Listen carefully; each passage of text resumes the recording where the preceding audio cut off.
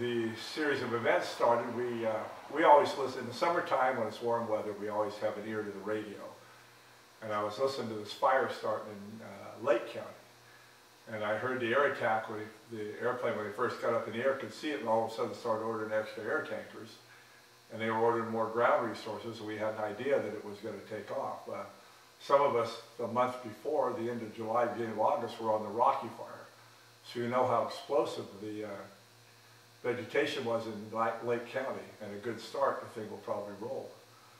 So we were doing first aid at a rodeo, a gay rodeo in Duncan Mills, and we one ear to the radio, and we were listening, and then pretty soon our phones were ringing. Our dispatch center was trying to get resources together because they needed help. They put in an order for 40 engines to this fire about 2:30, 2:45.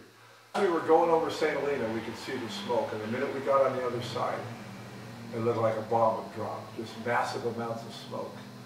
When we pulled into Station 60 in Middletown, the fire was actually, we could actually see the fire coming over the ridge, and we were watching the air tankers bomb, drop retardant all across the ridge over in front of us.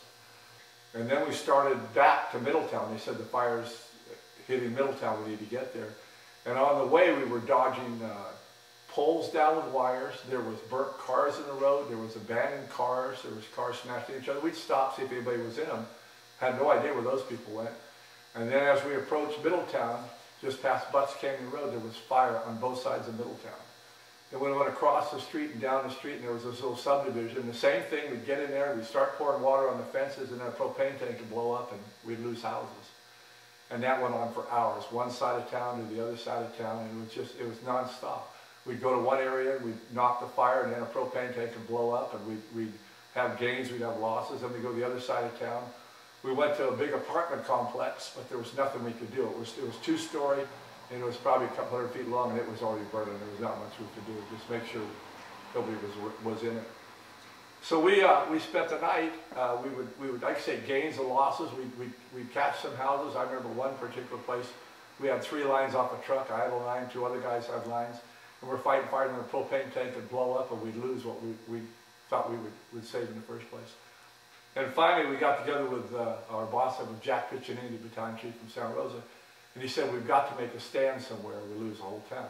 So we would go pick a piece, and we would make a stand. We'd let some stuff burn, and we'd save what we could, and pretty soon we started stopping the fire in different places. The thing with the fire was the winds. They were going in different directions, and they were pretty steady. I mean, at one time, I thought my door would bend the other way when I opened up because of the wind. And that's what was tough about the fire, is you didn't know which way the wind was going to blow or which way the fire was going to go. I mean, we get there, Middletown's okay, we can see the fire over, it looks like it's going to jump 29, go to Butts Canyon.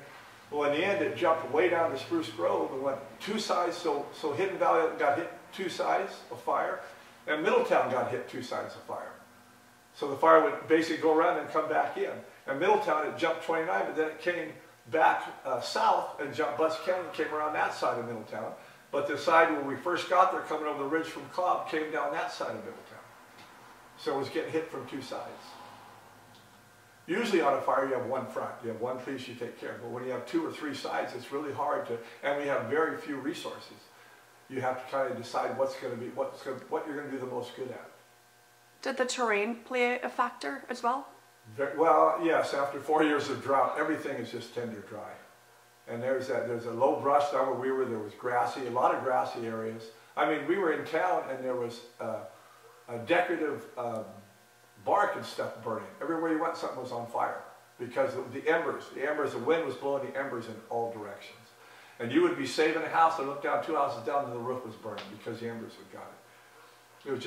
It was one of those nights, no matter what you did, the fire was ahead of you.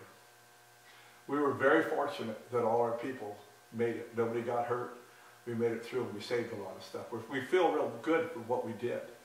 I mean, we all wish we could have done more, but for the resources we had and the people we had, I think we did a pretty good job. This was the 4th fire. There was the Rocky Fire with 70-some thousand acres, then the Jerusalem Fire, and then there was the one on the other side, oh, the one over by Upper Lake, yeah, that one, and now this one. And so you're looking at, what is that, hundreds of thousands of acres and lots of homes. I mean, this one here, they're saying 500, 600 homes, and I hope that's what they stop at, but from what I saw, it's going to be more. But then you have to count all the outbuildings, the barns, all that. There's some industrial places. What Harbin Hot Springs is gone. We went up to Cobb, and there's a post office and the firehouse and some commercial, but every house around it's gone. I mean, it's devastating. And Lake County, in our lifetime, I don't know when they'll ever be back to normal. And I don't think there's going to be such a thing as normal for people in Lake County right now.